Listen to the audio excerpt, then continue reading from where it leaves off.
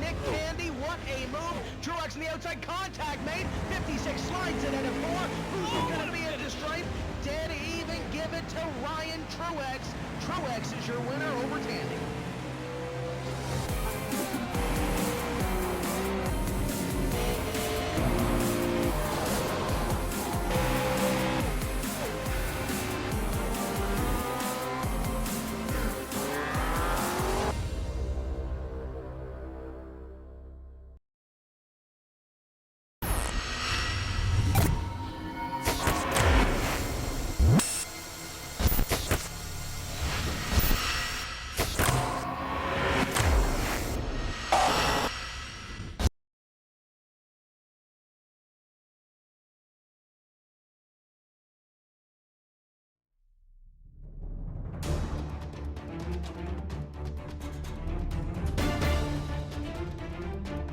Season 3 of the Champions of the Future World Touring Car Championship here live on RaceSpotTV. It's round 2 at the Silverstone International Circuit. We're using the historic Grand Prix layout here today, the 5 kilometer dead 3.1 mile circuit with 16 turns, very high speed, very dangerous. It's going to produce thrilling racing this afternoon. Johnny Simon here in the commentary booth, along with Hugo Luis, broadcasting as usual for us, about 10 seconds away from that 20-minute race 1 event. We have drivers really having fun here for the end of warm-up, racing around the lovely Silverstone circuit we mentioned. Plenty of opportunities. We have, oh look at that, so many damaged cars as well. We'll round out the grid for you in a couple of moments time. Russell Laidler, our championship leader, coming into this round, doing a great job, showing consistency is key for great results in motor racing itself. Ashley Sutton and Ben Palmer, our 2 race winners from last round, also high up in the championship standings as well, but not consistent results. Well, hopefully they can produce that here today. We'll look at the grid for you this afternoon. Currently on pole position, Ashley Sutton in first place with his CQR Club teammate Michael Hall alongside him on the front row. Ben Palmer and Robert Fagg round out the second row of the grid. Then we have Jake Blackhall and Ashley Blake Hood on row 3.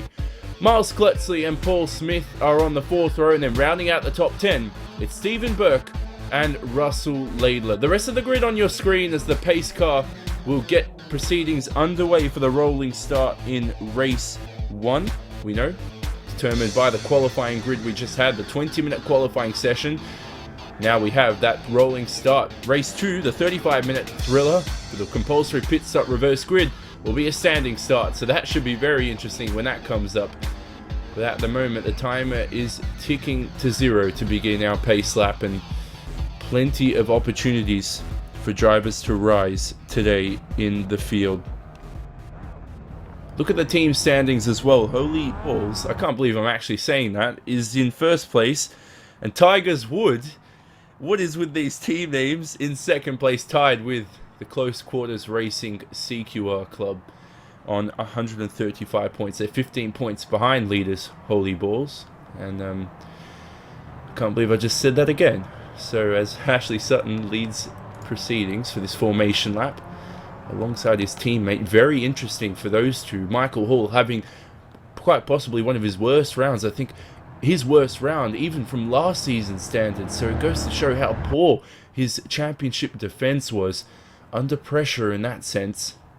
We're having a full pace car lap as well, so plenty of time for drivers to get settled, plenty of time for the nerves to build up at the moment. 20 minutes of racing will get underway in a few moments time. Good to see plenty of interesting car liveries out there as well. Miles Kletzley in the 7th position on the grid. CQR Club's 3rd driver is hoping to impress as well, so he was only about 1.2 seconds off pole. He's got a lot of time to improve, but he's up there. He's had some pretty impressive races in Season 2. And in that Kia Optima, the 375 turbocharged horsepower car, he has plenty of power underneath him to floor it for this start. So the car's coming across Stowe for the moment. Race 1 winner last time around was Ashley Sutton. On the podium, joining him was Ashley Blake Hood and Russell Lathler in 2nd and 3rd respectively. Where will they finish today? How will they fare in their races? We know Ashley Blake Hood currently in 6th position. Russell Lathler, the championship leader, having a very poor qualifying in 10th position, so he was about 1.3 seconds off the pace. Certainly not his potential. He has a lot more to shine. He finished 3rd in the warm-up session, that hardly any driver really took seriously. And that's interesting to note how Ashley Sutton and Michael Hall, 1st and 2nd in qualifying, 1st and 2nd in practice before the race. The next closest person to them was Russell Lathler in 3rd, so he's had a poor qualifying performance. So it'll be interesting to see how he makes his way through the field this afternoon. There's lots of drivers in the back of the field as well who have qualified quite poorly. Magic Sagovic in 14th. He has a lot of positions to make. Same with Pete Newman as well in 12th. So a few drivers probably disappointed with their efforts, but it's not over until the race completes and the checkered flag is out. And that is what we concentrate on for the moment now as the pace car rounds the final few corners for the lap. So Ashley Sutton waits. He rounds Brooklands.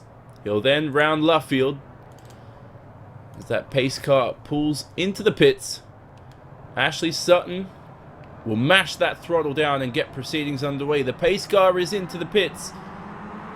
And Ashley Sutton floors the throttle. He will go green in a couple of moments time. It does now. So 20 minutes of racing gone green. Michael Hall having a great start, having to defend from 3rd position. He might have an attack on his teammate, but he plays the defensive game. So him and Michael Hall already up into 1st and 2nd. We have Ben Palmer back in the pack in 3rd. Robert Fagg still maintains 4th. So at the moment, it's all settled and done at the start. No real big incidents at the start. I believe actually Ashley Blake Hood, though, has fallen into the pit. So he's had a major incident.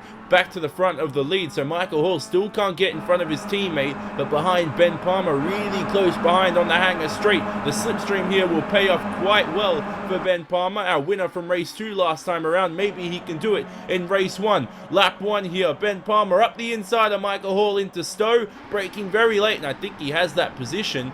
Oh, they're going to be side by side as well. Bit of contact, bit of rubbing and door scraping. Oh, Ashley Sutton almost loses the car in front in the lead. Oh, but he keeps it together. Great car control.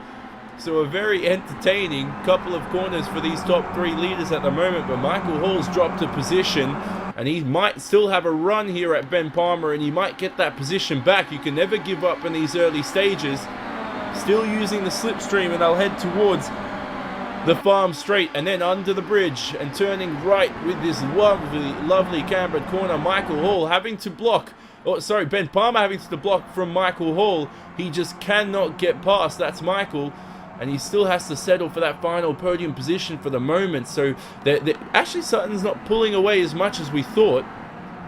He's only about half a second in front of these guys. But at the end of the first lap, it's Ashley Sutton in the lead, away from Ben Palmer. Michael Hall is 3rd. Then we have Robert Fagg in 4th position. He keeps his position at the start as well, 1.2 seconds behind the leader. Jake Blackhall in 5th. Paul Smith 6th. He's jumped up 2 positions. A good start from him. Miles Kletzley in 7th. Then we have Stephen Burke and Rusty Laidler in 10th position. So a very entertaining first lap. Let's see how Ashley Sutton gets through Stowe this time around. Maybe he might lose the car. Hopefully not. He really needs to get that race win once again. He dominates after qualifying. I just heard someone scraping the grass as well. Might have been Robert Fagg, because Jake Blackhall's right onto the back of him. But I think he's too far behind for the moment. So actually, no, it's the 17 car of Ellis Stevens. So Ellis Stevens off the track. So yeah, that's the news that we just heard. Ellis Stevens going straight off the track. I think he made contact with Liam Atkins. So yeah, looking at the replay, Liam Atkins and Ellis Stevens going in to the Maggots complex, making contact, and Ellis Stevens' car pretty much wrecked. I think his day is done there. Too much damage on that car, and unfortunate for him in the early stages. Focus back for the lead though. Still maintained between Sutton, Palmer and Hall. This is important for Hall though. He needs to get up close, right up to the back of the spoiler of that Kia Optima of Ben Palmer. needs to get in front in the early stages. He can't afford to let Ashley Sutton pull away, because Ashley Sutton, his second stage of his races are always good. I think it's just lack of practice for him. He gets into the rhythm in the second stage of the race, so that's why it's important to get in front and stop him from getting into that rhythm, force him to make mistakes and lose time behind. So we round out another lap. There's still plenty of time to go in this race.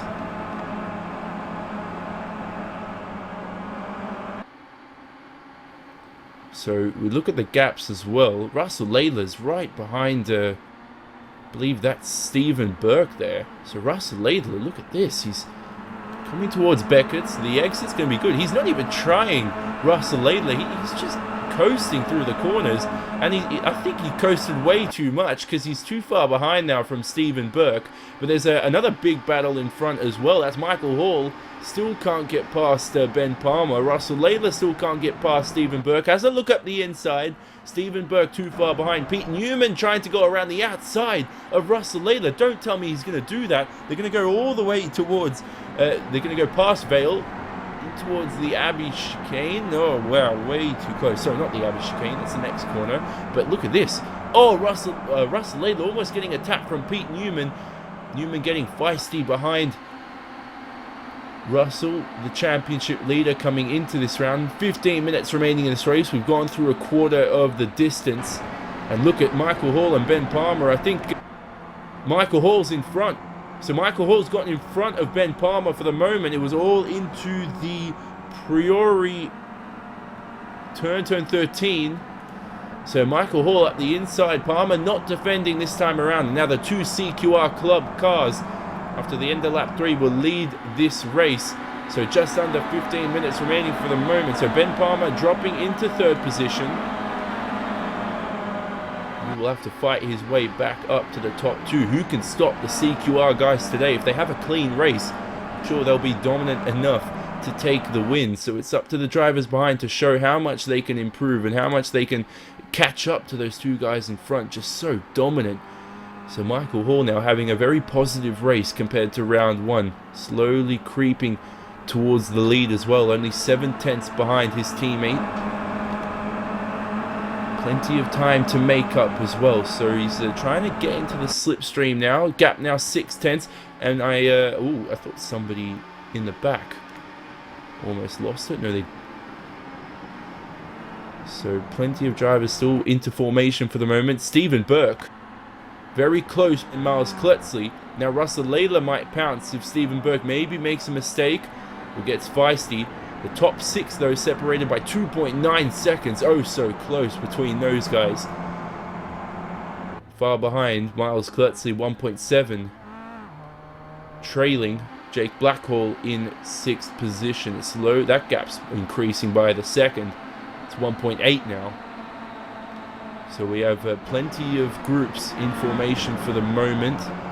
Ben Palmer still too far behind. Here's Stephen Burke up the inside of Miles Kletzley. They're going to be side by side through the middle part of the lap, and then the end of the lap, and now through Brooklands as well. Stephen Burke up the inside. Can he get that position away from Miles? Miles still trying to get up the inside. Oh, he turns Stephen around, and Stephen saves it, and that allows a few cars through as well. Matthew Bunn, Russell Layla going through, Pete Newman as well, his teammate. So Stephen Burke dropping 3 positions from that. Miles not giving up on it.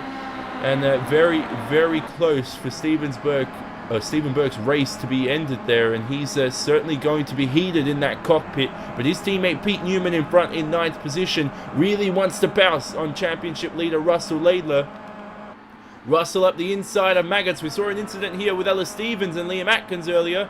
And all very, very close as well. Here's Pete Newman now. Can he maybe capitalize on a bit of contact, maybe some door scraping? No, they don't. It's all clean through the exit and on towards the hangar straight as well now. So, oh, look at that though. Drivers trying to pick where they're going to make their lines, where they're going to choose their lines as well. So here we go. Oh, Stephen Burke trying to go up the inside. Matthew Bunn taking a very aggressive line into Stowe. That's for Stephen Burke to back off as well. Big battle here. This is for the 7th to 11th positions. So it's nice to see battles throughout the field this afternoon. 11.5 minutes remaining in this race now. So Miles Kletzley certainly on the defensive end. Last lap around, they lost 2 seconds to the drivers in front, so they're losing even more time than that for the moment. I think this lap they've lost another second so far, maybe even more. And here's Russell Laidler now. Can he pick his lines right? Oh, he gets a big push from Pete Newman behind him. Pete Newman's going to go up a position. So Russell Laidler, the rear end of that Kia, is completely dented now. Plenty of damage for him. Does he give Pete Newman a tap? He does. Stephen Burke's there to capitalize on Matthew Bunn's mistake by taking a wide line through Luffield. Lots of position changes. Still 11 minutes to go. Plenty of time to make this up. All this is doing is helping Miles Kletzley maintain 7th position. Maybe these guys need to decide to work together. They don't. So the Pete Newman racing team as well as the Holy Walls racing team battling here for pride and points. So while this is all happening, the leaders stayed the same, so we'll concentrate on this battle for the moment. A big tap though. Russell Laidler, you look at the rear end of that Kia, it's completely damaged now. And I want to have a look at Pete Newman's front. Let's have a look at the front of Pete Newman's car. This will be, let's see how much damage. Oh, that's completely gone. I hope he has a few $1,000s up his sleeve to fix that after the race. Still a 35-minute race too, we know. Halfway distance just being approached now. Pete can't get up the inside of Miles Kletzley. These drivers are just going to get unsettled now for the moment. So they really have to keep their head cool in these in the middle stage of this race. Russell, can he get the power down? He's got a nice run, but I think the damage might be impeding him. No, it's not, because he's still very close to Pete Newman as they approach bridge. But you can just tell now, look, Russell's losing time on the straight, so that damage is certainly impeding him. I don't think he's going to make much progress. But here's Pete Newman up the inside of Miles Kletzley. They're going to be side by side again. A little bit of contact between them two. Can Russell Laidler pounce? No, he can't. So Miles Kletzley won't maintain that outside line, and Pete Newman this time gets it. Stephen Burke probably asking Miles in front, why didn't you punt off my teammate? Why did you punt off me? He's right behind, trying to get up a position as well. Russell is struggling with that rear end damage on the Kia. As we approach the halfway distance, we'll look at the field standings for the moment, as Miles Kletzley really wants to get that position back. Ashley Sutton leads away from Michael Hall in 2nd position. Ben Palmer in 3rd. The top 3 separated by less than a second. Robert Vag in 4th position has dropped behind. He's 2 seconds behind those top 3. Behind him is Paul Smith and Jake Blackhall in 5th and 6th. Pete Newman in 7th. Oh, and all that, I think that's Miles Kletzley getting punted off by Russell Laidler. And now finally Miles is down the field in 11th position, as Ashley Sutton actually will go back to the lead. So Ashley Sutton, but he's back into the lead for the moment. So very close between the CQR Club teammates there in Stowe. And Ashley Sutton maintains the lead. So now we switch our focus to this. 8 minutes remaining. The rest of the top 10. It's Pete Newman 7th. Russell Laidler, Stephen Burke, Matthew Bunn. And then Miles Kletzley. I think Robert Fags dropped down to 6th as well in the meantime. So Robert Fags had a bit of an issue as well. He's currently, he's in 5th now. He's gotten back in front of Jake Blackhall. The top 2 though, Sutton almost running wide through bridge, and I think that's going to allow his teammate a great run once again. Our defending champion Michael Hall wants to prove his worth here in round 2 at Silverstone. What can he do through Lutfield? Can he get the power down nice and early? No. Ashley gets it much better than Michael, and he's going to break away from him. So in the meantime, big news, Paul Smith from 8th on the grid. He's up to 4th in this race. Good race from him, making progress. Hopefully get a few words from him later on with our mid-race coverage, and join us for that after this race. 7 minutes remaining. Plenty of chances for these drivers to make up and impress in race 1 for the moment. I believe that's Alice Stevens in front of the leaders. Maybe he might throw a stick into the fire, and or whatever the quote is. I have no idea. I know he doesn't. So he gets straight out of the way. He will not impede the leaders. I'll tell you what though, Ben Palmer's right up close to those CQR Club teammates. Is that Ashley Sutton running wide through Stowe? Almost. That's going to get a run for his teammate Michael Hall. He doesn't squeeze him off the track. And look at Sutton now. The Sutton's on the back foot. He is struggling. He's almost lost the car. He saves it at the last minute. That's allowed his teammate Michael Hall into the lead. The defending champion on a charge now towards a race 1 win. Can he indeed do it? Ben Palmer behind in third. Will he get in front? He does get in front of Ashley Sutton. So Sutton losing 2 positions. I think those tyres are quite warm and quite heated up. Ben Palmer as well drifting through bridge, almost power sliding the car. These guys are really fighting for pride here as well. This is for the win, we know. So Sutton needs to cool those Dunlop tyres and those Brembo brakes. And look at Ben Palmer giving Hall a tap. He's saying, get on with it, mate. I want the win here. So Palmer, he's very, very close. He's very close. If he sticks it up the inside of Cops, go ahead, just throw it up the inside. Come on, Ben. No, he doesn't. He gives him, almost gives him a tap. This is incredible racing. I think for Ben, his best chance has to be on the Hangar Straight. And I think he might get that chance indeed, because Michael Hall's completely thrown it into the Maggots and Beckett's complex. And he might have a poor exit on towards the Hangar Straight. He gets a good rhythm actually coming out of it. Goes to the defensive. That's why he knows that Ben Palmer is right onto the back. Slowly just biding his time, waiting for a good chance to pass the leader. Does he go up the inside of Stowe? He has an attempt. Gives Hall a tap. And I think Palmer might get the lead here. Hall maintains it. Sutton might go up the inside for 3 wide action. No, he doesn't. The CQR Club guy is going to be side by side. And look at Palmer as well, struggling to save that car. He just saves it at the last minute. Sutton in third position. Can't capitalize on Hall's minor spin there. Hall now is certainly going to be frustrated from that, because Palmer's taken the lead with 4.5 minutes remaining. And now side by side through bridge. Incredible action. Hall up the outside. Oh, and Sutton might make it 3 wide. Don't tell me he's going to do that. Up the inside now of Ben Palmer. And Palmer might lose 2 positions here. He does. The CQR guys working well here. Working very well to throw Ben Palmer back into third position. What this has allowed, though, is Paul Smith in fourth. To be 9/10 behind these guys. He's gained, we'll have a look at lap times last time around, as Ben Palmer is pretty much bump drafting Ashley. Last time around, Paul Smith was 1.5 seconds faster than the top 3. That goes well for this lap as, again, as Ben Palmer runs straight off the track. If that happens again this lap, Paul Smith will be right up into this battle. That will be very, very entertaining. It will be good to see Paul up there, hopefully as well, battling for the lead. Currently a 3-horse race. Sutton's exit now is very important.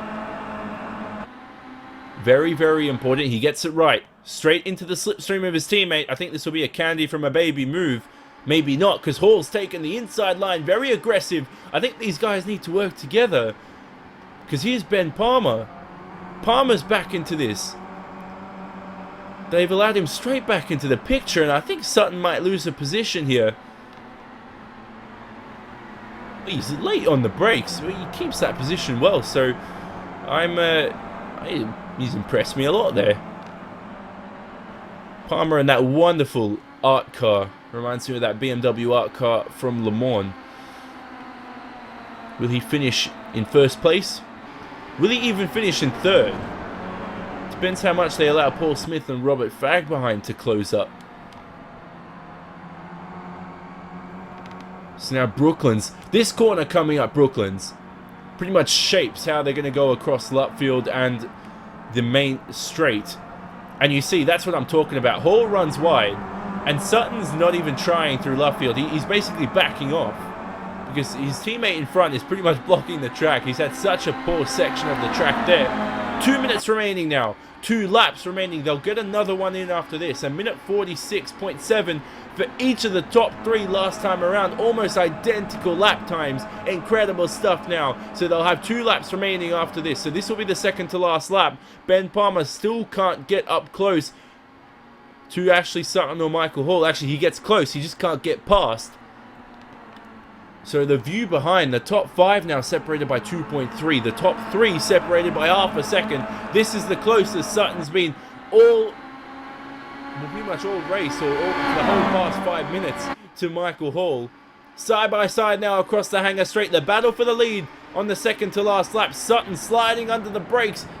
Just maintains the car. He gives his teammate a tap for the left rear. Doesn't unsettle Michael though. He doesn't unset Michael though. He keeps that position quite well. Keeps his head cool. He maintains the lead for another few corners. Palmer can't capitalize once again. Paul can't capitalize on this battle again because he's still 1 second behind, slowly dropping to 1.1. He has to defend from Robert Fagg behind, so battles throughout the field at the moment, still maintaining a minute left in this event. Sutton pushing through bridge on towards turn 13. They'll go through Brooklands and Luffield for the second to last time. Oh, Ben Palmer's off the track. I've missed it. So Palmer's had a big slide, and now he's right front, or he's falling into the clutches of Paul Smith and Robert Fagg. So Palmer through bridge, yep, so he's lost the car through bridge. He still keeps third position. Robert Fagg and Paul Smith, 0.4 of a second behind Palmer, so they are really close behind. So now the final lap of the race, 17 seconds remaining. Sutton close once again to teammate Michael Hall. Hall runs wide. They're going to be side by side through maggots. Do they make contact? No, so Hall maintains the lead again. Sutton needs to be aggressive. He needs to try something different on this final lap. The timer ticks to 0. We will get the checkered flag this time around. So Sutton now across the hangar straight. He's not as close as he was last time around. Will that benefit him? Will it play to the detriment of his result? He needs a second race 1 win. Tries to go up the inside. He might go on the grass. No, he doesn't. Now he goes up the inside. Hall gives him space, and Sutton gets the lead. Hall tries to get the undercut as well. He might indeed have it. They're going to be side by side. Oh, big battle here. Sutton will lose the lead again, but he gets the undercut this time around. Hall maintains the line, closes the door. These two, though, can battle as teammates because Ben Palmer is just too far behind. If they make contact, that's their race done, of course. Oh, Sutton now. He'll have the outside line into bridge. Will he go around the outside? Will he go for the undercut? He decides to go around the outside onto the grass as well. Few corners. Who will win this race? Palmer might win the race indeed. He's trying to go up the inside of the two CQR drivers. Gives contact to both of them. Don't tell me Ben Palmer's going to take the lead. Oh my goodness gracious. Who would have thought after 20 minutes of racing, Ben Palmer would come across the line and win this race? This is incredible. Ben Palmer takes the win for race 1. Ashley Sutton comes home in second position. And then we have Paul Smith in third. So Paul Smith gets the final podium spot. Michael Hall drops down to 4th. Jake Blackhall in 5th. Robert Fagg comes home in 6th. Then we have Russell Laidler in 7th. Pete Newman 8th. Matthew Bunn 9th. Alex Bristow 10th. Tell you what, the top 10 drivers separated by 12 seconds. That if that's not close racing to you, then get out of here, because I don't know what is. One of the most entertaining races we have ever seen in the Champions of the Future World Touring Car Championship. Ben Palmer taking the win. I am completely speechless. I don't even want to do the results. I just want to lay back, but I have to. Ben Palmer taking the win. Oh my goodness. Nice one, Paul. Second is Ashley Sutton in the CQR Club car. Paul Smith gets a podium, up from 8th position. Good race from him, as Palmer gets sent flying off the track. Then we have Michael Hall in 4th as well. Jake Blackhall in 5th. Robert Fagg comes home in 6th position, 5 seconds away from the lead. Russell Laidler in 7th, up from 10th. So his race pace really didn't live up to expectations. Only 8.4 seconds behind the leaders. Pete Newman in 8th.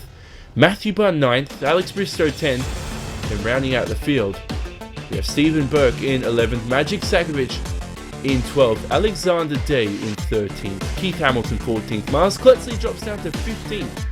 So he must have had a moment there during the race that we've missed. We have Ashley Blake Hood Liam Atkins in 16th and 17th. So Liam Atkins will have pole position for the next race, the reverse grid. And Ella Stevens, 1 lap behind, will not have pole position because he did not finish on the lead lap. For now though, we'll take an ad break, have a little breath, glass of water, and we'll be back. The 35-minute thriller of race 2, the reverse grid, 1 compulsory pit stop race as usual. This is the RaceSpotTV live coverage of the Champions of the Future World Touring Car Championship. It's Season 3, Round 2 at the Silverstone Historic Grand Prix Circuit. We'll be back shortly after these messages.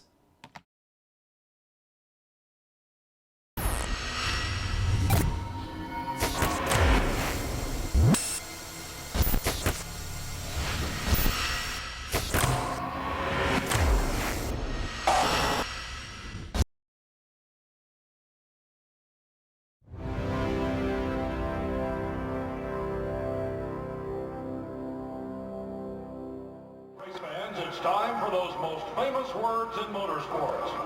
Travis, start your engines!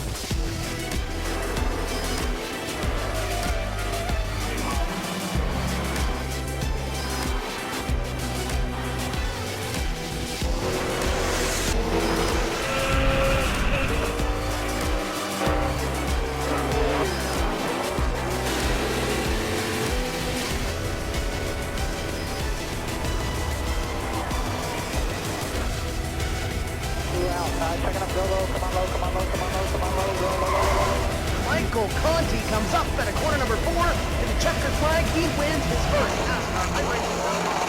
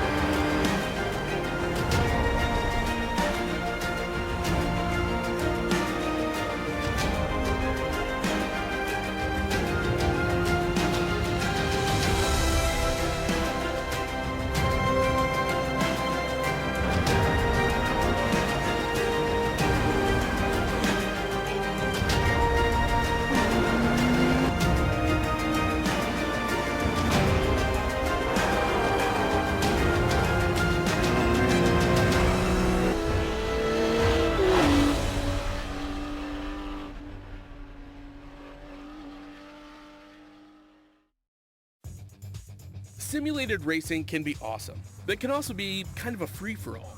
Interestingly, auto racing faced the same problem in its earlier days. Whether it was on the back roads, the beaches, or the city streets, the racing was fun.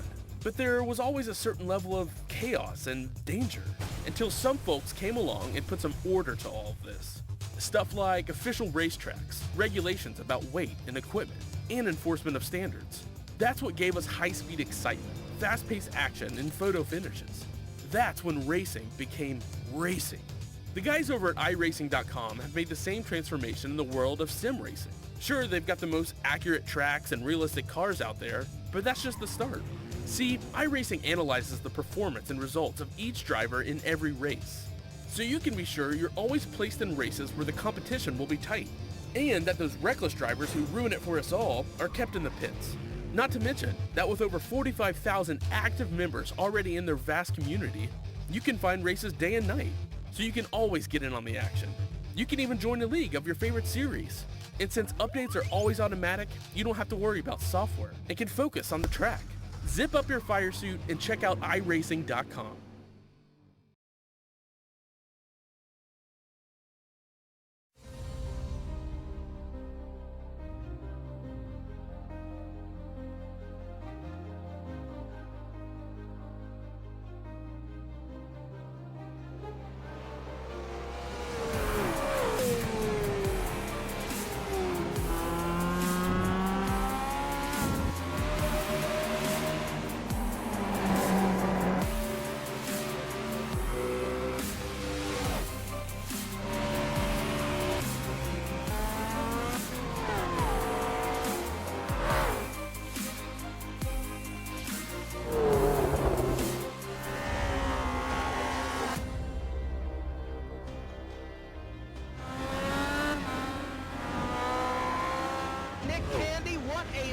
Truex on the outside, contact made. 56 slides it at a 4.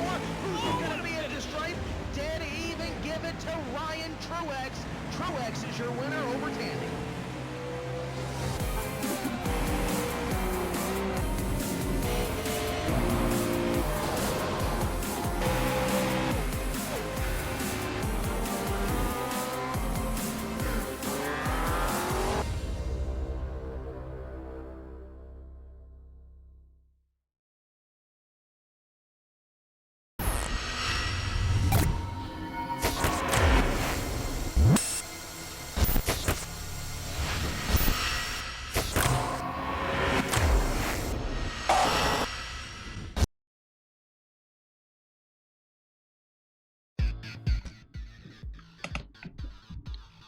Welcome back, everybody, to the Champions of the Future World Touring Car Championship here, live on RaceSpotTV. An incredible race for race 1. It was Ben Palmer taking the win. Ben, I hope you're here for a few comments. Talk us through pouncing and beating those CQR Club guys in front of you most of the race, frustrating you, seeing the rear end of those Kias, and then coming out on top in the end. The sweet feeling you have. Describe us through it. Well, yeah, that was a race. I didn't think I was quick enough to stay with Ash and Mike during that race, but just the tow round here is quite a lot. They were battling up front all the race, and I made a little mistake. 2 laps to go, I dropped back to pull, and then last lap Ash and Mike was just absolutely having it out. They nearly lost it going through Maggots and Beckett's. And then I managed to get up the inside of both of them and made slight contact and managed to get the win. You speak about winning race 2 last time around. Having a race 1 win, you said you didn't have the pace to beat Ashley. It's still, a good confidence booster anyway to be on top because, race 1's all about the qualifying grid, how high you qualify, the sprint. Strategy doesn't come into play. It's all about outright pace. I think you can still take positives from this one for sure. Knowing that you still had the pace to stay up close to those guys. Yes, they did lose time battling together, but for later rounds in the season, you surely will have the confidence to keep battling her out in race 1. Yeah, I don't have the overall 1 lap pace, but race pace, it's nearly there. But like race 2, it's a completely different race. We've all got a pit, and getting the pit strategy right is a big key. Ben Palmer, they're our race winner in 2nd position. Ashley, a big question I want to ask you. 2nd position, still decent points. Do you think it was worth battling out, having some fun even though with your teammate, but battling it out and losing time and losing that win and those points for the team? Do you think it was worth it, or do you think you're going all out? You'll make up those points later on in different races. It's always worth it racing with these guys. It's always close, and we can get away with the odd rub here and there. So the racing's really, really good. So you can never say, is it worth risking it? Because it's always worth risking it.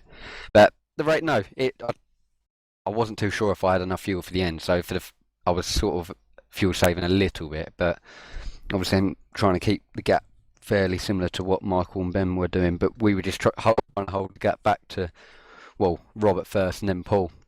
And as soon as we started battling, that gap disappeared. So it made it interesting, let's just say that. You speak about race 2. Mentality from the back of the grid now, the reverse grid. I mean, last time out in Zolder, you really had a great start. You had a great race making your way through the field. What's that mentality like from the back of the grid? I mean, how do you approach the early stages of race 2? Also to avoid incidents, but to make your way through the field. I love coming from the back of the grid. I prefer race 2, to be fair, than race 1, even though we have good racing.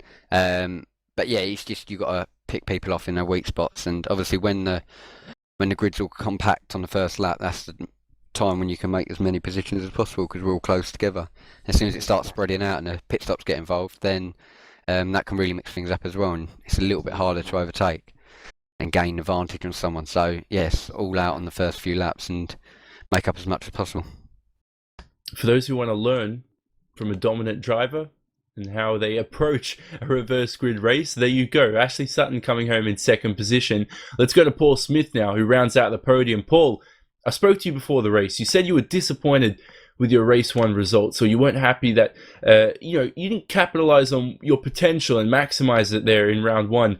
This time out, you surely have to be pleased with that podium coming through from 8th on the grid. It was a lot of fun, was that race. I got a good start. I managed to get ahead of Miles. And then when Jake went and put a move on Rob and he went wide at Stowe, I took the place off of Jake. I had a little rub with Rob Fagg to get past him, but it wasn't anything malicious. And then I just kept on seeing these guys battling out up front, so I was catching up to them, and it's like, I'm not going to fight them. I'm going to sit back and see them all crash and take the win. Didn't quite work, but I got 3rd place, so my best first race result in this championship, so I'm absolutely delighted. Does mean that I'm towards the back of the grid there. Does indeed, so good luck with that. And hopefully just put some fuel in the car as well. I don't like to see drivers running out of fuel. Remember at Sebring last season, I believe, where people had some issues with that. But this race, Paul, if there's a safety car, we'll be speaking to you. I mentioned that. Hopefully there is sometime so we can get some mid-race comments. If there isn't, good luck with that. We'll go to Michael Hall in 4th. And Michael, a big thing I want to ask you is, you speak about having the fun battles with your teammate there. Is there anything you would have done differently in the battles to maybe take the win? Or do you think you did everything you could and luck just didn't or luck didn't come towards your side? I think I've done everything I could there, to be honest, but I wouldn't change anything. It's probably one of the best races I've had in this car, to be honest. Both's not a bad result. Obviously, I'd rather had first, but after a battle like that, I'm not really that bothered. I've got to apologise to Rob, though, because after I got taken out wide, I didn't even know he was on my left-hand side, and I took him out, so I've got to apologise for that. We'll speak to Rob after you, certainly. You finished in 6th. You finished in 4th. We speak about defending your championship. You had such a poor first round. I think your worst round, not even last season. You had every round last season was probably better than that round 1 you had there. I mean, what's mentality like approaching here round 2? I mean, to bounce back from that, to keep defending your championship, you have the drop week. What's it like as the defending champion to really make your way back through the championship standings? It's hard now because obviously the drop round helps, but I've lost that already now, so I needed a good result in that race, so 4th's not too bad, but it's definitely hard trying to defend the championship. See what happens in race 2, try and keep out of trouble, and see how we go. Good luck with race 2. Robert Fagg's Cheers. up next. Robert, we just spoke to Mike, and Mike apologized for the incident. Talk us through that. I mean, you see drivers coming off the track and rejoining, and you're still trying to finish the race as well. I mean, the nerves certainly build up in a situation like that. Either that was a really terrible question, or Rob's just not there. So I think we'll speak to our championship leader coming into this round, Rusty Laidler, finishing 7th. Rusty, you spoke about last round having one of your best results in the series. Coming home in 3rd and 5th, it shows that consistency is key to make your way, or to at least win championships. But this time out in 7th, certainly not where you wanted to finish. Yes and no. In top 10's not, it's nothing to be sniffed at in this series. The racing, we seem to be splitting into 2 packs. There was the front 6, and then there was another pack that I was in, which was easily 6 to 8 cars long, and it was just everyone was nose to tail the whole race, so it makes it a lot more enjoyable. Like 7th place, it's still a good haul of points. I need to keep scoring. Last season I had too many DNFs and I had too many high teen results. That's not, it's something I need to stop doing in order to try and get my championship back. I won the Winter Series, finished 2nd in Series 1, and then last series I was absolutely nowhere just through poor results. So I'm trying to shake that gremlin off. I'm trying to get in. I'm happy with top 10s. It's still good points at the minute. And finally, the approach to race 2. You're going to be starting mid-pack. You're going to be in all the mess. Now, I mean, coming across, when you approach cops, what's it like as a driver? You're approaching cops. You're pretty much almost about to start crying, expecting someone to hit into you. You're going to sweep that car into the corner. What's next for Rusty Laidler in race 2? Hold on. Look for a gap, and fingers crossed no one else gets it crossed up in front of you. Well, good luck for that. Cheers, and we will take an ad break now. We'll go to an ad break, and we'll be coming back shortly for race 2. What should be a crazy second race. I cannot believe that we're actually not even finished here. The reverse grid, 1 compulsory pit stop race coming up, 35 minutes of action. We'll be back shortly after these few messages, live on RaceSpotTV. It's the Champions of the Future World Touring Car Championship.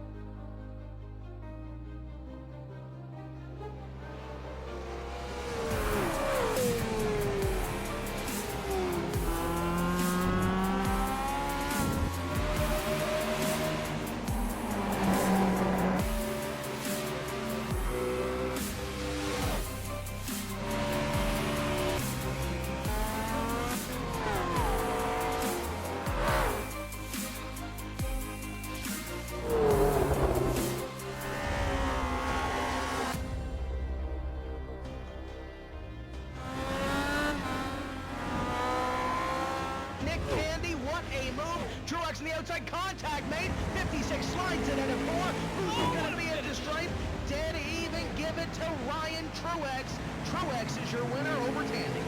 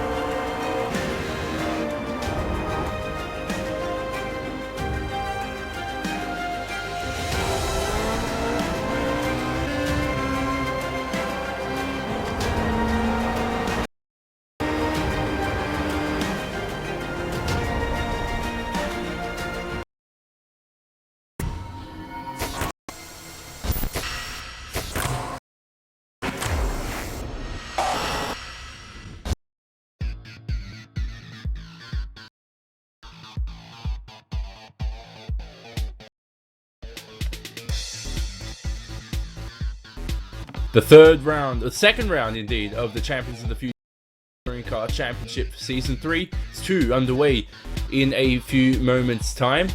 Well, off with an incredible race 1. I have to commentate race 2. I'm out of breath. How am I going to do this? Who knows? How are these drivers going to fare out? Wait and see in a few moments' time. Let's have a look at the grid before race begins. The standing start. We know the 35-minute thriller. Reverse grid results. 1. Alice Stevens on pole position. He does get. I was wrong on race 1. He did finish a lap behind. He does have pole position. Alongside him is Liam Atkins. We have Ashley Blake Hood, Miles Kletsy on the second row.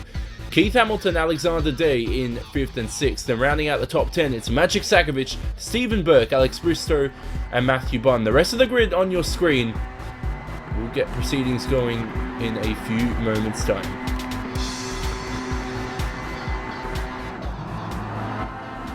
We go green now for 35 minutes of racing. Good start. Alice Stevens alongside Liam Atkins. So Alice Stevens maintains the lead. We'll have a look from the back of the pack. Russell Layla's getting feisty behind a few drivers here. 3 wide into Cops as well in the back. A few drivers making contact. I think, oh, Layla's taken out. I believe that's Paul Smith, maybe his teammate. So Paul Smith falling through the field in the early stages. Or it might be actually Matthew Bunn. So Matthew Bunn's been turned around. So we go back and focus on the lead. Alice Stevens still has that from, I believe, and we have the safety cars. The safety car out for the moment. The stewards have decided there's just way too much damage in the early stages. So Alice Stevens still leads away from Miles Klutzley. Alexander Day in 3rd position. He's made his way up from 6th on the grid. Good start from Alexander Day. Magic Sakovic in 4th. He's come up from 7th. So a few drivers making their way, falling down through the field. Let's have a look. Stephen Burke up into 5th. We'll have a look at the replay of the start as well soon. So I'm trying to find out what exactly did happen between a few drivers. So as the pace car is will go out of the track at the end of this lap. But I believe into turn 1. Oh, a few cars sliding. That's what happened. And some guys running wide as well. So where did Alexander Day? Oh, it's through the Maggots complex. So a couple of drivers on cold tyres lost it through the Maggots complex. Someone went straight into the wall. So, oh jeez. I am not sure. Oh, it was Liam Atkins, that's it. Liam Atkins at Maggots just lost the car. He was in the lead. Stole it from Alice Stevens.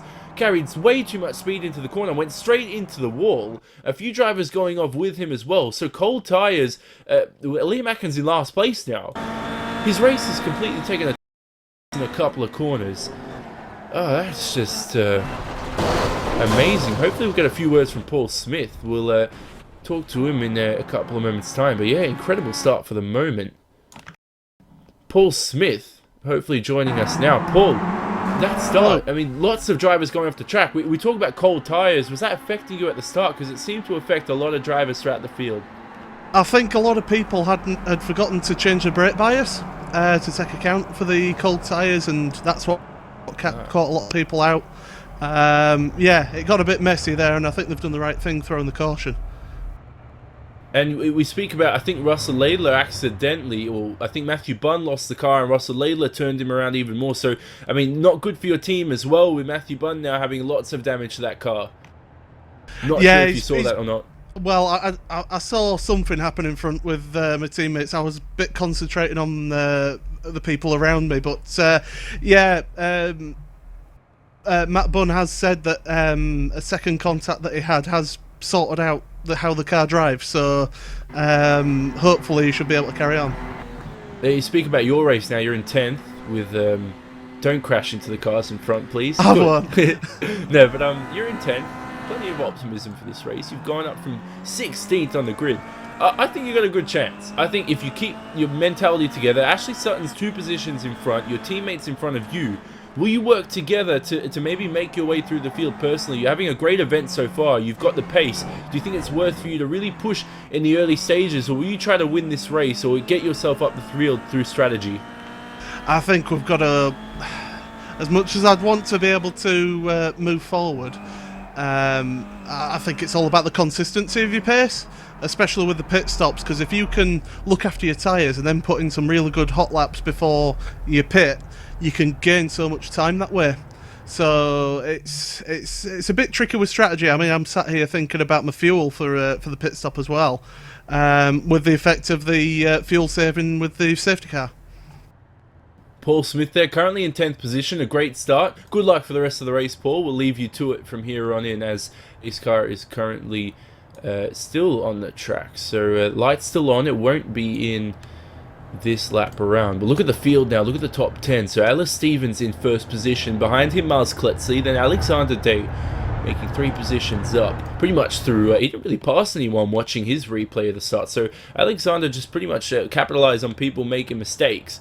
Then Maciej Sakovic there as well, from 7th to 4th. Stephen Burke up as well through the field. Pete Newman from 11th to 6th. Good start from him. Alex Bristow in 7th. Ashley Sutton.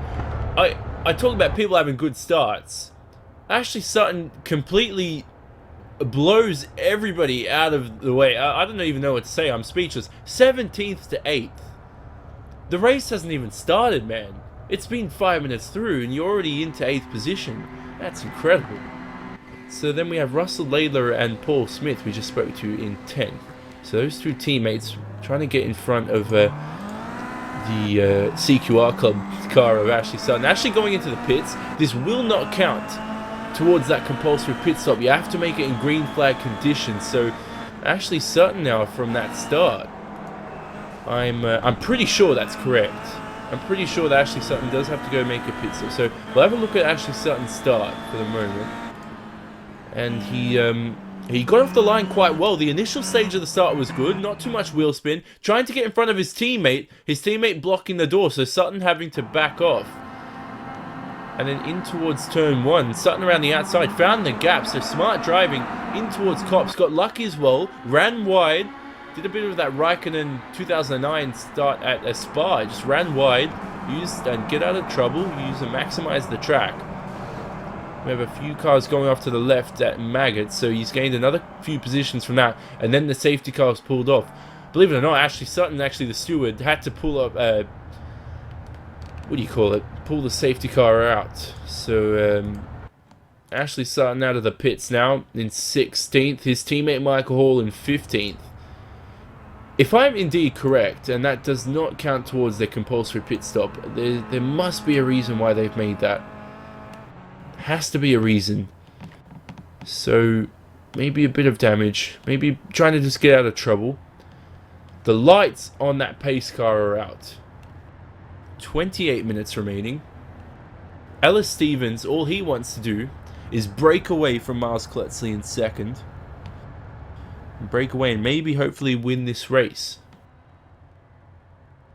So there is a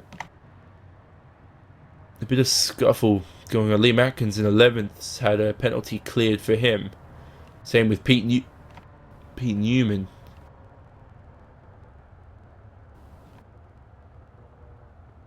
So I don't know what to say. I mean, the pace car's still out on track. We've covered everything we possibly could. And ironically enough, I'm going to point out actually he's removed black flags from himself. No, I'm just stirring him up. He's done that for a few drivers as well. So a few issues throughout the field through this pace car, as I believe the lights are out. So the pace car will come in this lap around and the race will commence. Finally, we'll get racing, green flag racing going. 27 minutes remaining, under 27 minutes remaining now. Alice Stevens. 4. He's a privateer runner. If anyone wants to pick him up, grab him. Needs a teammate. Finished home in 4th last time round. If that goes to show how good he is in race 2, maybe he can capitalize and improve on that. Finishing in the top 3. We'll have to wait and see as the pace car pulls in. Miles Kletzley behind, the 3rd CQR driver. Waiting for Stevens to mash that throttle. The pace car comes into the pits. A very late moment for the pace car there. Alice Stevens floors it. And we finally go green now. So 26 minutes remaining in this race. Ella Stevens leads away from Miles Klutzley. Alexander Day in third position. Magic Sakovic still maintaining fourth, having to defend from Stephen Burke. Burke might have the undercut here on Magic Sakovic. The lead is still maintained between those drivers as well. So the field's still very close and bunched up. 18 drivers within less than 10 seconds at the start. No one's fallen behind. Back to the lead though. Miles Klutzley really wants the lead away from Ella Stevens. Across the hangar straight now. Miles Klutzley gets into the slipstream of Ellis.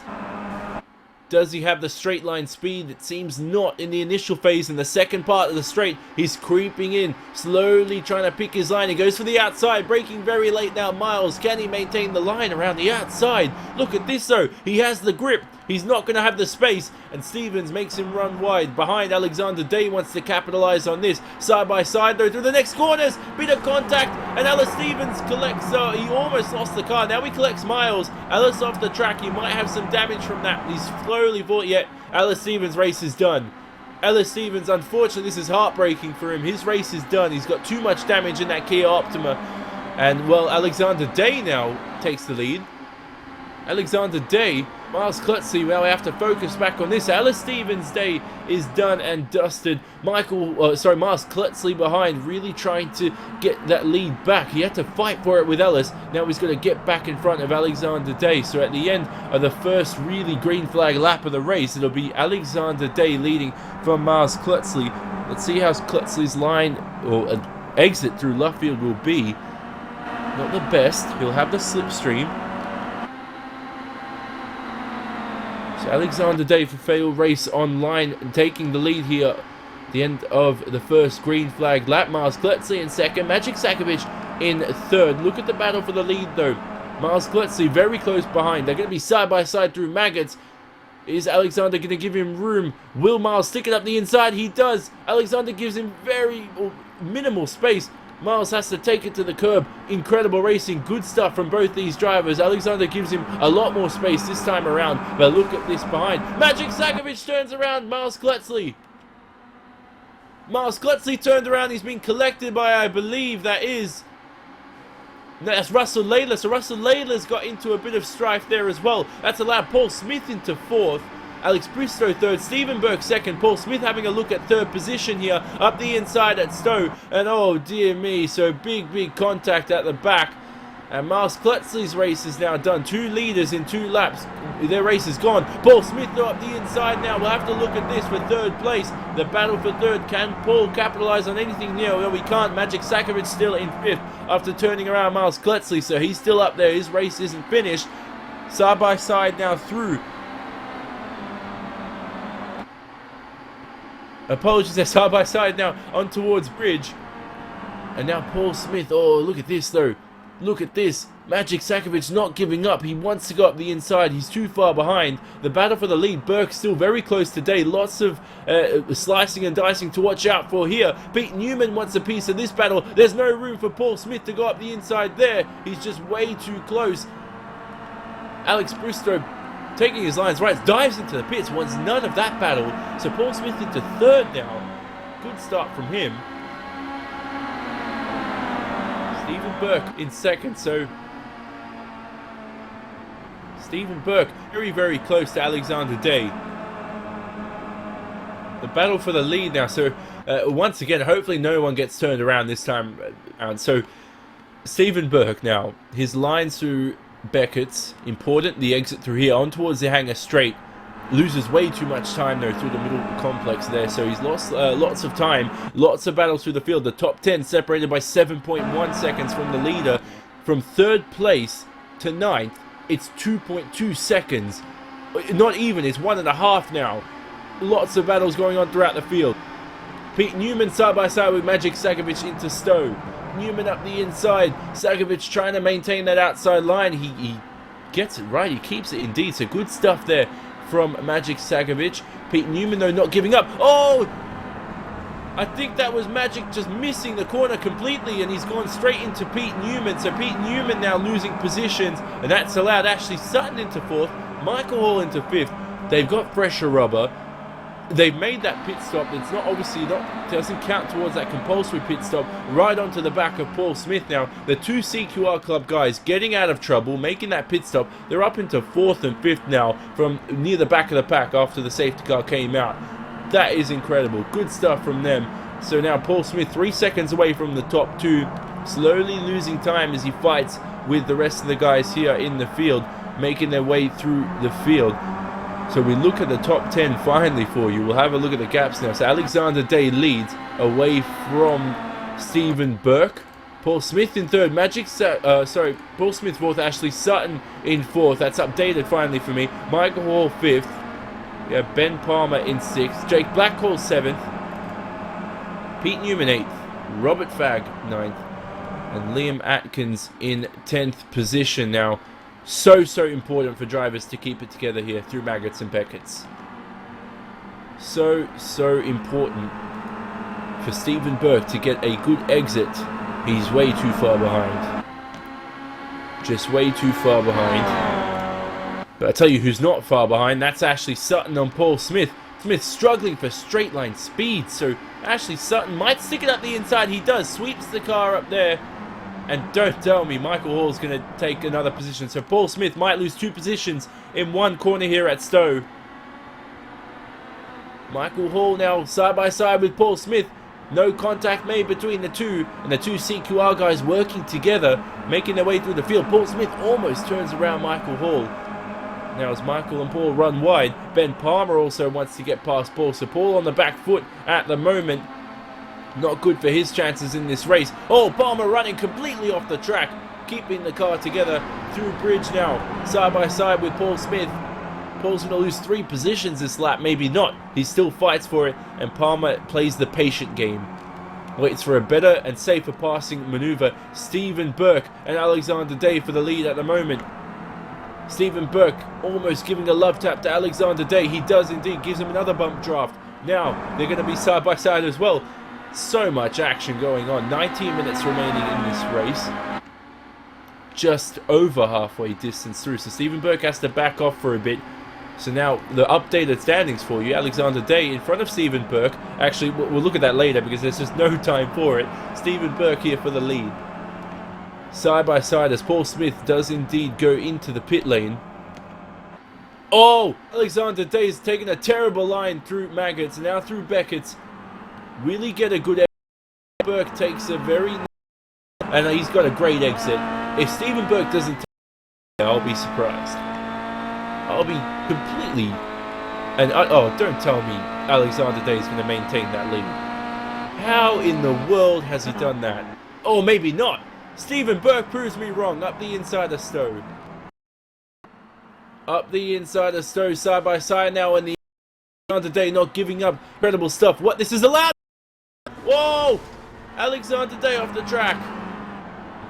Alexander Day being turned. It was very close between the two there. Alexander Day was late to turn in, but Stephen Burke turned in as well. So, very close between those drivers. Sutton side by side with Stephen Burke. Very close between the two. Stephen Burke still maintains the lead. Sutton trying to fight for it. He has to push though. Sutton can't play the patient game because behind is his teammate Michael Hall. Oh my goodness gracious. Oh, there we finally have Stephen Burke running wide. That's allowed Ashley Sutton and now Michael Hall maybe to take the lead. Burke not giving up through Luffield. Has the inside line. But Hall has the great exit now. Oh, they're completely hounded the Pete Newman Media Racing car there. So Burke fallen from... we had a chance at the lead from Alexander Day. He's fallen to 3rd. Day in 10th position. So Alexander Day, I finally want to have a look at that incident. So much battling going on. So up there, Stephen Burke turning into the corner. And yeah, I actually, to be honest, I don't blame Stephen Burke for that. I think Alexander Day was late to turn in. Stephen Burke said, hey, mate, there's a corner coming up. I need to turn in.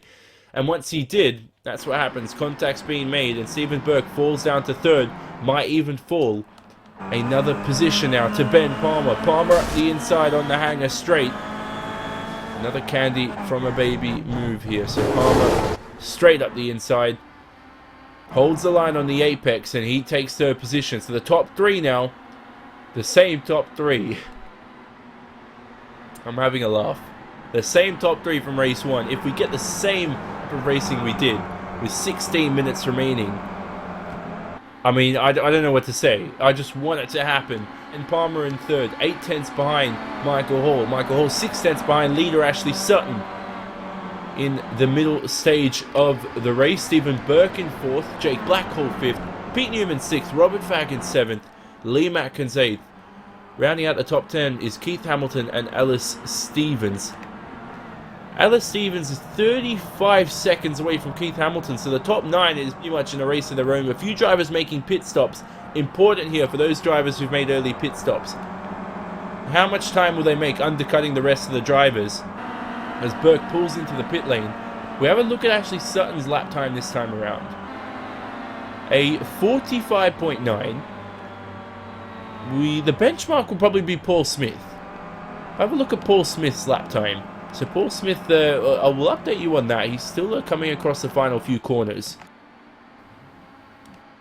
Paul Smith has actually a very long pit stop for him. So Stephen Burke in the pit lane. Getting some new rubber. Some fuel as well. 15 minutes remaining in this one. A very, very long pit stop. Right side tyres going on for him as well.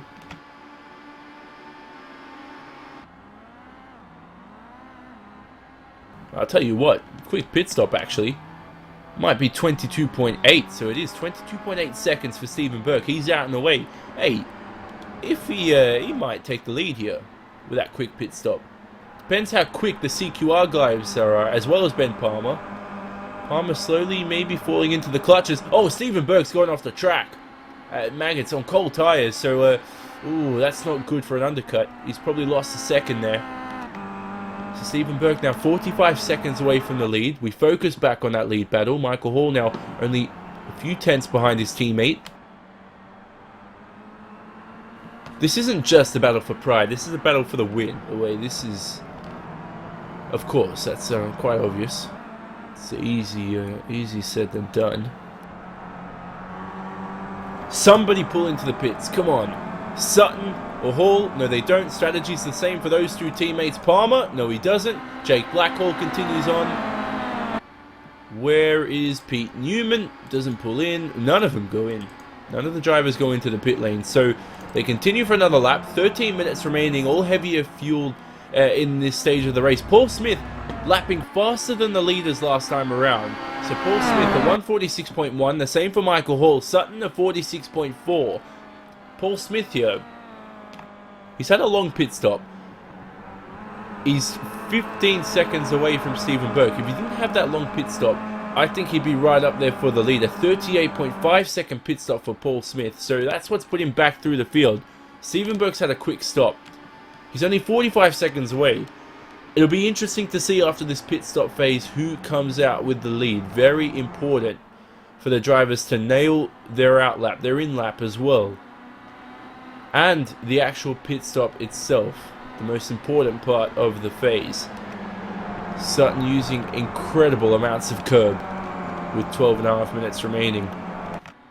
Goes to show he's pushing to the limit. The car bouncing, not getting too unsettled through the bumps, so it's set up quite well for him there.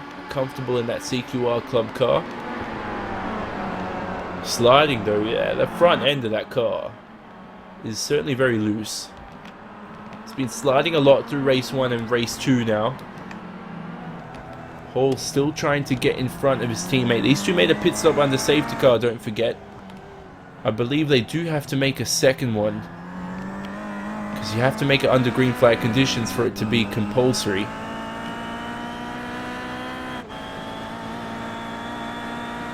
So they come across the line to complete another lap. Top 3 separated by less than a second. Ben Palmer only 9 tenths behind the leader in front of him. We know the CQR Club guys. Hall getting a great exit through Maggots. Sorry, through Cops. On towards Maggots now. Michael Hall very, very close to Sutton. Using as much curb now. Sutton's had a poor little complex here. but Hall's had the second stage has been terrible for him. They've both had terrible stages for those couple of turns there for those CQR guys, and what that's allowed is Ben Palmer right onto the back. He's only 6/10 behind the leader, 2/10 behind Michael Hall in front. Palmer very, very close, slowly just, you know, creeping in, having a look. Hall braking very late. And I think Palmer might have the undercut. Hall might have the undercut on his teammate. He's too far back though. Palmer now is trying to find a way into second position, but he just can't get past Michael Hall, the defending champion, approaching 10 minutes remaining in this race. Very, very close between these drivers. Jake Blackhall in fourth, 2.2 behind. Too far behind to pounce. Pretty much a 3-horse race for the lead at the moment. Stephen Burke's lap times though, just way too slow. Does that quick pit stop help, or is he just does not have the pace? Does he not have the pace to keep that lead? We'll have to wait and see. It's disappointing though for a couple of drivers who've had long pit stop. We talk about Paul Smith. There's a couple of other drivers as well down through the field who are currently lapping very well. Russell Laidler with some damage in 10th. Right, oh, he's just been passed, I believe, by Stephen Burke. So Laidler falling down through the field. 10 minutes remaining in this one. Sutton leads side by side on the main straight. Could be with Michael Hall and Ben Palmer. Palmer playing it safe, tucking in behind the back of that Kia Optima of Michael Hall. Palmer with a lovely, lovely livery. The number 3 car, livery indeed, I should get my words right. So under 10 minutes remaining now. Palmer's got this complex right every single time. Does he get it right this time around? Hall carrying so much more apex speed, and that's very good, but not a good exit. And now here's Ben Palmer up the inside, easy maneuver. But this isn't over because Michael Hall could switch lines here up the inside. That's what I would do. He doesn't do that though, and he lets Palmer through into second, not really fighting back for it. Pretty much on the back foot, sitting and struggling like a pig on the hanger straight. So Hall now into third position. Palmer aiming for that lead. Can he do the clean sweep and take 2 wins out of 2 in this race? It's going to be very close. Sutton not pulling away as much as we thought he would. We know Sutton has the second stage of his races are much better. Right now, Ben Palmer is screaming through the field. He's almost trying to get past Sutton. Not enough room through bridge. They go through the final few corners of this lap. Oh, Michael Hall up the inside, scaring off Ben Palmer. Hall very optimistic there. Palmer runs wide as well. Had to give Hall some room. Smart driving from Michael Hall. It's helped his teammate maintain the lead. The exit of left field now. So Jake Blackhall finally in the battle of these guys. So Jake Blackhall doesn't pull into the pit. So 8 minutes remaining. I'm definitely correct. You can't. The compulsory pit stop has to be made under green flag conditions. So I'm expecting these drivers to pull back in. If they don't, I'll be disappointed. It'll make things very, very interesting. But as Michael Hall now not giving up, he still has the pace. And this will be interesting to see how good Jake Blackhall is, how good his racecraft is. Indeed, the Australian there. So he's woken up in the early stages of the morning, like me, I'm commentating. He's racing, he's under more pressure, and now Jake Blackhall having a move, a battle for the lead and a battle for third and fourth now. Blackhall up the inside, Hall lets him through, won't get the undercut. Palmer just not close enough behind Ashley Sutton. Actually, he was very close. He just did not know what to do. Did not know whether to stick it up the inside, go up the outside. He just tucked in behind. So Jake Blackhall into that final podium position. 7 minutes remaining now. Who knows who will win this race? We didn't know who was going to win race 1. This race is going to go down to the wire. It might go down to the final few corners. Who knows? As Sutton is struggling as well.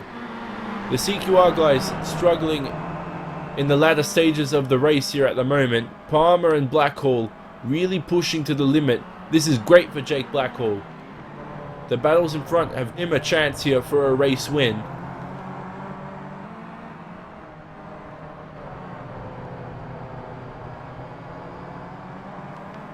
Into formation through the final few corners of the lap.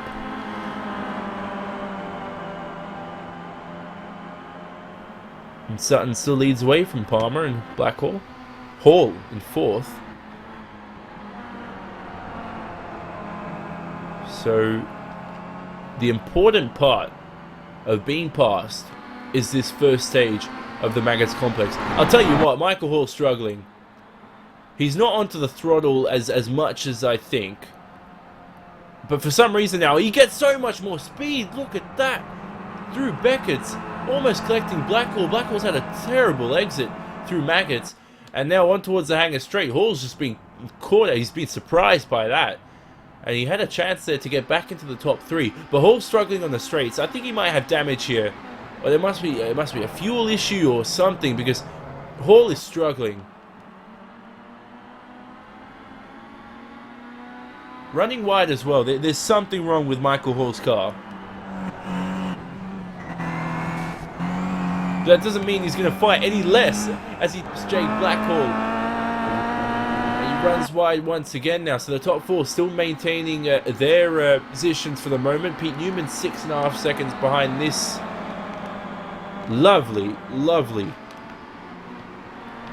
What should I call it? I should call it a gaggle of geese. I don't know what I'm saying. Battle guys, I need stuff to say. This is good now. This is Ben Palmer trying to give me more stuff to say. 5 minutes remaining. Palmer trying to fight with Ashley Sutton. Too close behind the driver in front. Now he has to, he loses time to Sutton. So with under 5 minutes remaining now, Sutton wants a win. He really needs a win. He had a poor round 1 for his standards at least. Normally Sutton just wins every single race he's in. Have a look at this though. Blackhall up the outside, forcing Palmer to an inside line at Copse. Does Blackhall get the undercut? No, he doesn't. Too much understeer through Copse. Now they're going to be settled again. Blackhall getting very feisty here in the early hours of the morning in Australia. Doesn't mean he's going to be any less aggressive as a driver. And now the most important part of the Hangar Straight. The entry, the exit from Beckett's. Which driver gets the best exit? It seems to be Blackhall at the moment. Tucking into the slipstream of Ben Palmer. Does Palmer go defensive? He does. Blackhall trying to get the inside line. Gives Palmer a little tap. Luckily, both of them do not spin. Palmer still has a shot at the lead. So, I mean, and look at Michael Hall as well. Palmer's gone from almost being taken out of the race to having a shot at the lead here. So these drivers, they're just fighting, but no one's really swapping positions at the moment. It's very, very identical and very, very competitive between them. Look at the lap times last lap around. Sutton a 48.6, a 48.5 for Palmer, and then a 48.3 for both Blackhall and Hall himself. So Hall taking a very tight line up the inside. Great maneuver from Michael Hall up the inside of Jake Blackhall. And now Hall goes into 3rd position. Oh, Hall's turned around by Blackhall. Hall into the wall. And his race is certainly over.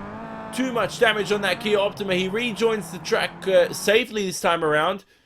We know he had a bit of issues with Robert. In fact, I think, yeah, I think his race is over. Michael Hall's race is certainly over. Blackhall, you'd have to put that one on him as we look at the replay. No, actually, I'll tell you what. Hall, it's difficult to talk about. There's grasscrete on the outside. And Blackhall was trying to get back onto the tarmac.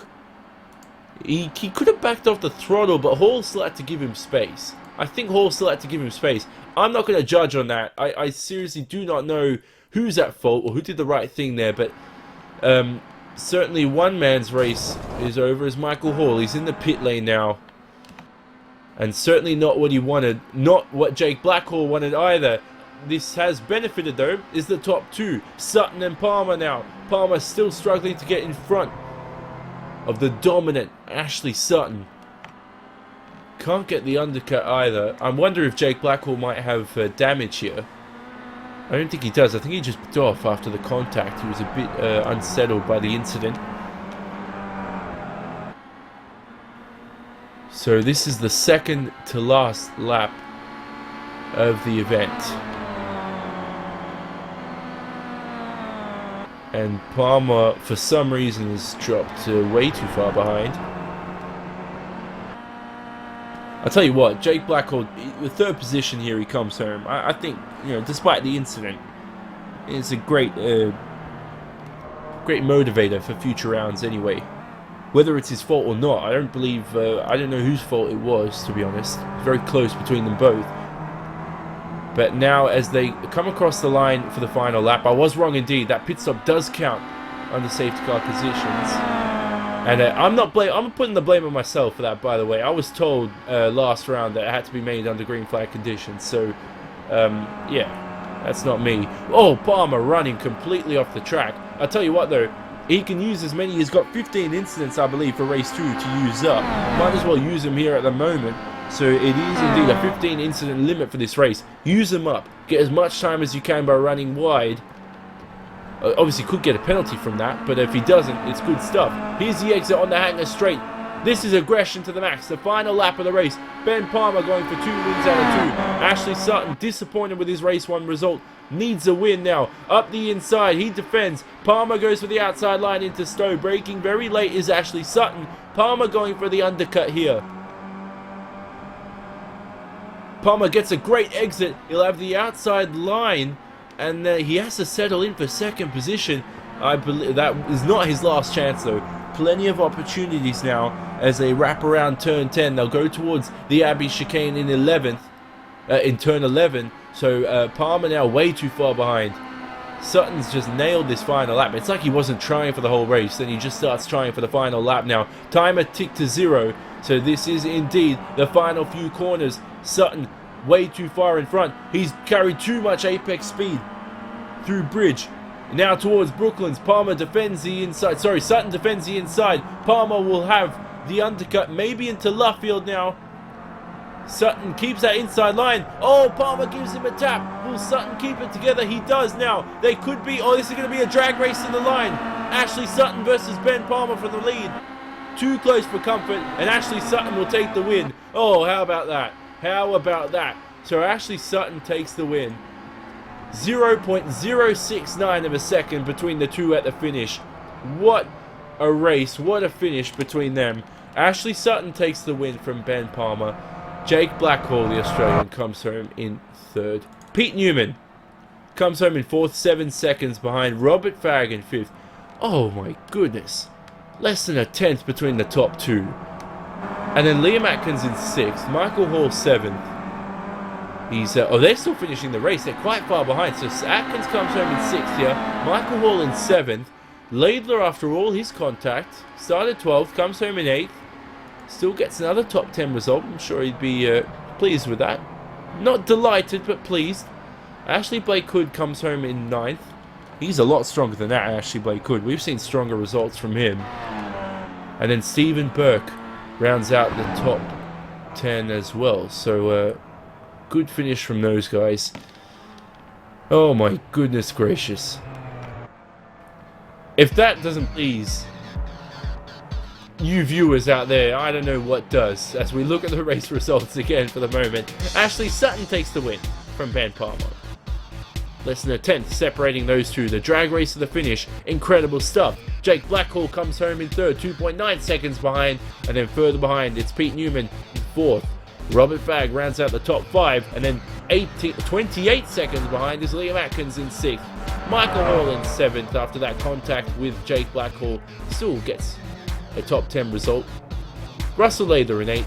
Ashley Blake Hood in 9th, and then rounding out the top 10 we spoke about is Stephen Burke. The rest of the grid, everyone finishing on the lead lap, good to see. Ellis Stevens 11th, Matthew Bunn 12th, Miles Klutzley, Paul Smith, Alex Bristow, Magic Sagovic. And then Keith Hamilton and Alexander Day in 17th and 18th. Another incredible race. We'll take an ad break. We'll have post-race interviews coming up as usual. This is RaceSpotTV's live coverage of the Champions of the Future World Touring Car Championship. Do not leave us. We'll be back shortly after these messages.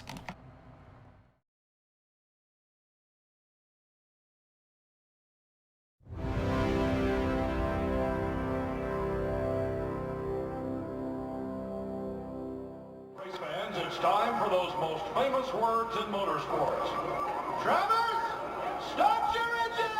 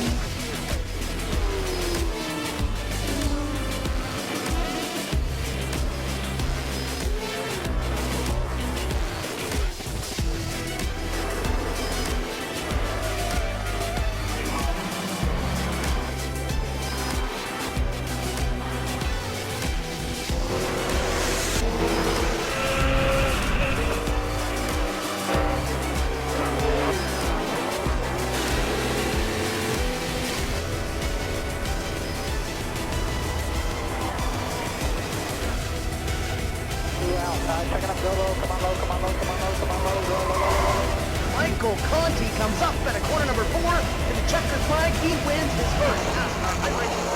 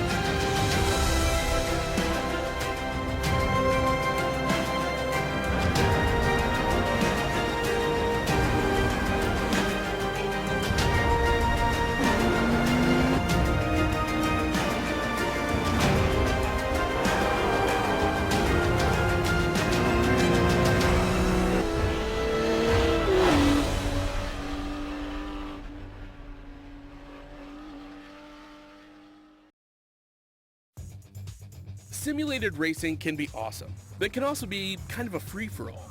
Interestingly, auto racing faced the same problem in its earlier days. Whether it was on the back roads, the beaches, or the city streets, the racing was fun. But there was always a certain level of chaos and danger, until some folks came along and put some order to all of this. Stuff like official racetracks, regulations about weight and equipment, and enforcement of standards. That's what gave us high-speed excitement, fast-paced action, and photo finishes. That's when racing became racing. The guys over at iRacing.com have made the same transformation in the world of sim racing. Sure, they've got the most accurate tracks and realistic cars out there, but that's just the start. See, iRacing analyzes the performance and results of each driver in every race, so you can be sure you're always placed in races where the competition will be tight, and that those reckless drivers who ruin it for us all are kept in the pits. Not to mention that with over 45,000 active members already in their vast community, you can find races day and night, so you can always get in on the action. You can even join a league of your favorite series. And since updates are always automatic, you don't have to worry about software and can focus on the track. Zip up your fire suit and check out iRacing.com.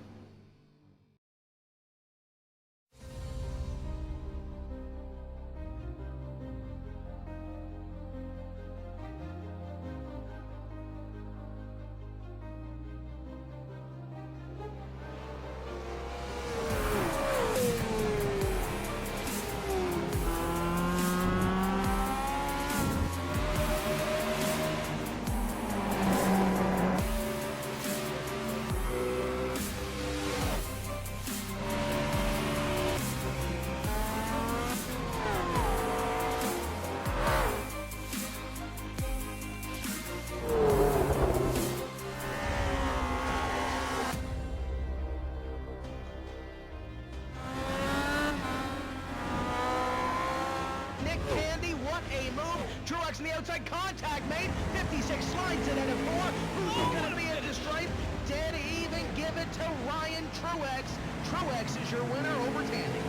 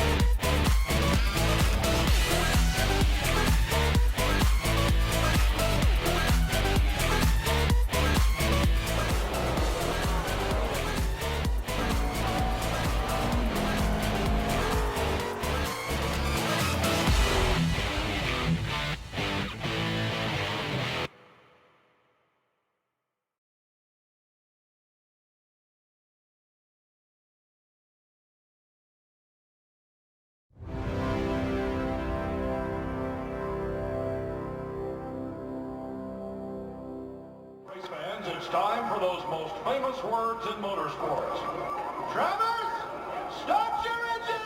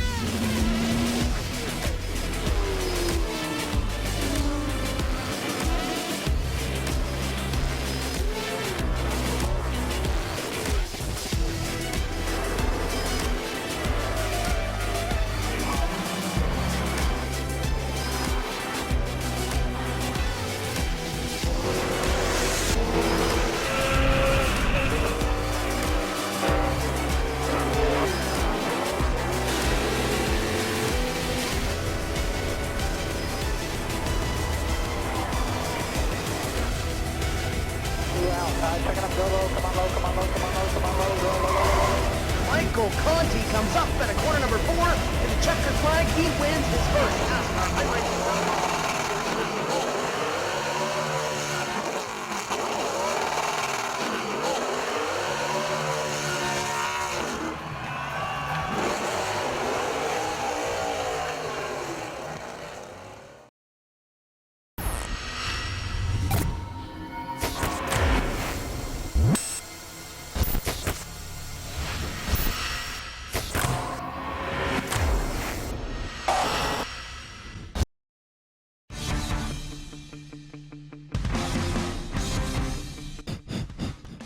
Welcome back, everybody, to the Champions of the Future World Touring Car Championship. Round 2 of Season 3 is just concluded. Post-race interviews coming up. What a round. One of the most incredible rounds we've seen.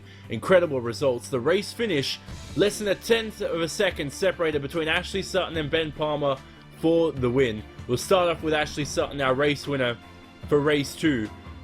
That end, did you ever have doubts coming across the line in that drag race that you were going to lose it? You had the inside line, but it just doesn't get closer than that. Less than a tenth.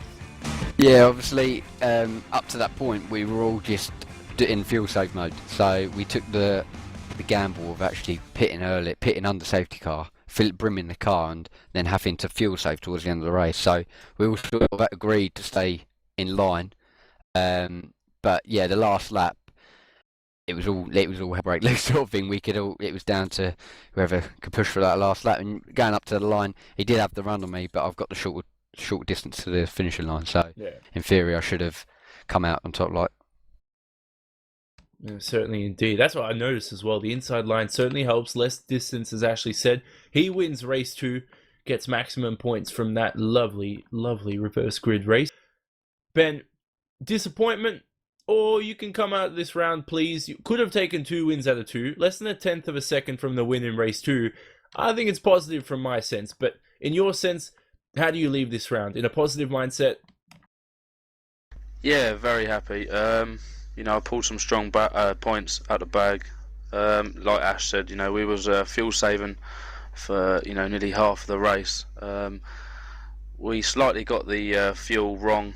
And you know, we managed to gun it on the last lap, but yeah, like Ash said, he had a shorter run, and yeah, you know, I couldn't get him. So Ben Palmer in second position. Lots of people here post race for a few comments as well. Let's go to I was just reading something. Yeah, okay. Let's go to who's next. Let's go with Alex Bristow. Coming home in 15th, 54 seconds away from the lead. Talk us through your race. I mean, obviously not where you want to be. You want to be around where the leaders are, but certainly maybe not a boring race for you. Plenty of battles in there.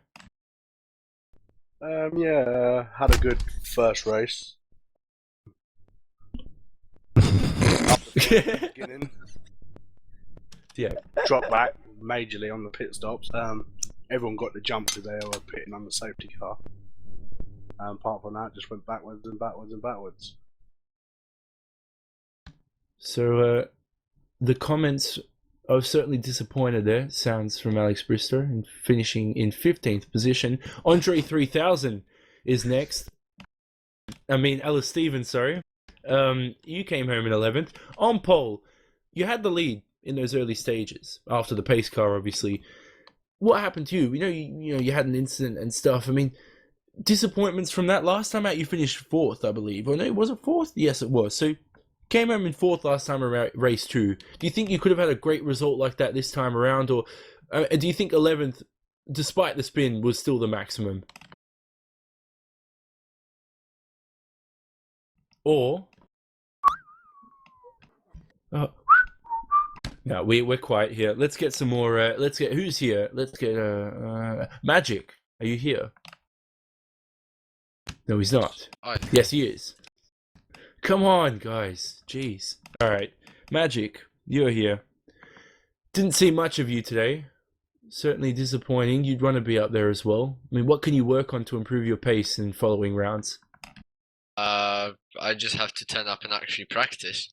That would be a good start, I think. Apart from that, actually, it was pretty eventful this time, but I'm glad you actually didn't show it. Okay. Your teammate Liam Atkins had some great pace. I mean, maybe has he done a lot of testing? Maybe you could have taken some. Did you take any certain tips from him early in the race? Maybe he told you watch this corner, watch this curb. Maybe due to your lack of practice, maybe that could have helped you out having a teammate. No, sadly I didn't talk with him about the lap. But he drove a very smart race this time round, and it's a fully deserved 6th place in my opinion. So Magic Sakovic there as well, coming home in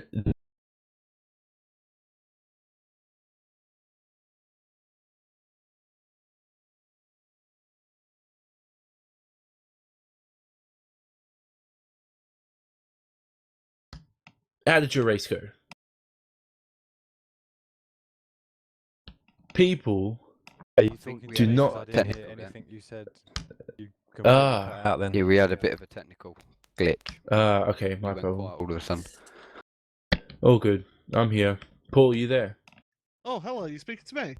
Yeah, sorry, I cut out. My problems. No, we spoke about your race, making that early pit stop, and not really showing up most of the race, falling down out of the top 10.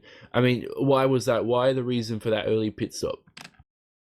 It wasn't that early. It was around sort of half distance, but the old Rozzers got a hold of me speeding in the pit lane, so I had to hold 15 seconds. So that's my bad. Yeah, I've made it a bit interesting racing with Alex towards the end, but disappointed with that. I could have done so much better in that race. Certainly could. You're up there in the top 3, so it's disappointing to see you outside of the top 10. Let's speak to Michael Hall now. Michael, coming home in 7th. You had that contact with Jake Blackhall. I'm not sure. I didn't judge who was at fault. It was very close between you two. He left the channel. He's back in. Yeah, no, he's not. Okay. Oh no, he's here. Paul Smith moved. Okay, Mike. We speak about that contact with Jake. I mean, what was your view on it? Could you have given Jake a little more room, or do you think Jake should have backed off the throttle? Yeah, I probably could have given him a bit more room looking back at it, but he'd already lost a place, so he could have backed off as well. So we just met in the middle. But it's it hasn't been a great night, but still picked up some decent points, so it's not the end of the world. Certainly not. Good points for Michael Hall, our defending champion. Finally, we'll speak to Rob Fagg and maybe get a word from Rusty and maybe Liam Atkins as well. A few drivers popping in. Rob, we'll start with you. I mean, coming home in 5th, good result. You were close to the top, though. You just didn't have the pace, though, to keep up. You did come through the field, but I mean, not as fast as the leaders. Anything extra you can do? Any few tenths you might be able to find in future rounds? Yeah, that's my fault, really. I was fuel saving a bit more than the guys in front, Ashley and Ben and Mike. We all did the same tactic. We pitted early on, took on a gallon of fuel, but I wasn't convinced I was going to make the end of the race, so I was short shifting and lifting fairly early through the corners. If I'd known I'd still have another lap of fuel left at the end of the race, I would have pushed a lot more. But yeah, misjudged it a little bit, but very happy with 5th place still. Rob Fagg, very happy with 5th position there. Russell Layla, are you here? I want to speak about lap 1, turn 1. Getting into incidents, very close between drivers. Unfortunately, your teammate had a half spin, then you ended up helping him around as well. No, certainly not your fault, but you get much damage from that. It seemed you did. You were struggling after that. No, the car was all right after that one. I had a brilliant start off the line. I tried to go between, I think it was Bristol and Bunn. Tried to go basically thread the needle down the start-finish line, but they both kind of moved over to cover it, and I had to brake, otherwise it would have caused a start line crash. And going into turn one, everyone's got cold tyres because it's a standing start. People are getting loose. Bunn got a tap from behind, and to put him across my nose, I had nowhere to go. I ended up going into him basically. I was trying to aim for his front wing to try and push him back around, but he ended up going across my nose. There wasn't anything I could do, but the car was absolutely on it that whole race. I got really unlucky. I got caught up in Miles Koletsky's incident. I had nowhere to go. He rolled back across the track. It wasn't his fault, and that's what totaled the car. I lost a good 30-40 seconds trying to get that thing back to the pits, but after then, I mean, I haven't got any excuses. The car was on it, just unlucky, but 8th, still good points. Certainly good points indeed, coming home in 8th position, half a second behind Michael Hall in 7th. Finally, we'll speak to Liam Atkins last, lucky last. Liam, through the Maggots chicane, at lap 1, you had the lead, you blew it, cold tyres, and your regrets from that race. You still came home for a strong result in 6th. Yeah, I'm just an idiot for what happened in turn 1. That's all I need to say about that. I tried keeping it on the throttle a bit to try and keep it steady, but it just spun round and I couldn't do anything.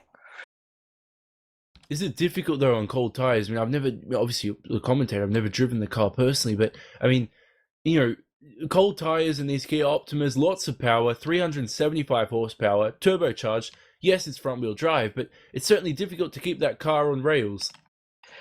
When you're by yourself and you're in practice, it's fun, but then when you've got the pressure of about 20 odd cars behind you, then it starts getting a bit, you've got to make sure you do it right, and then that's when you start making the mistakes.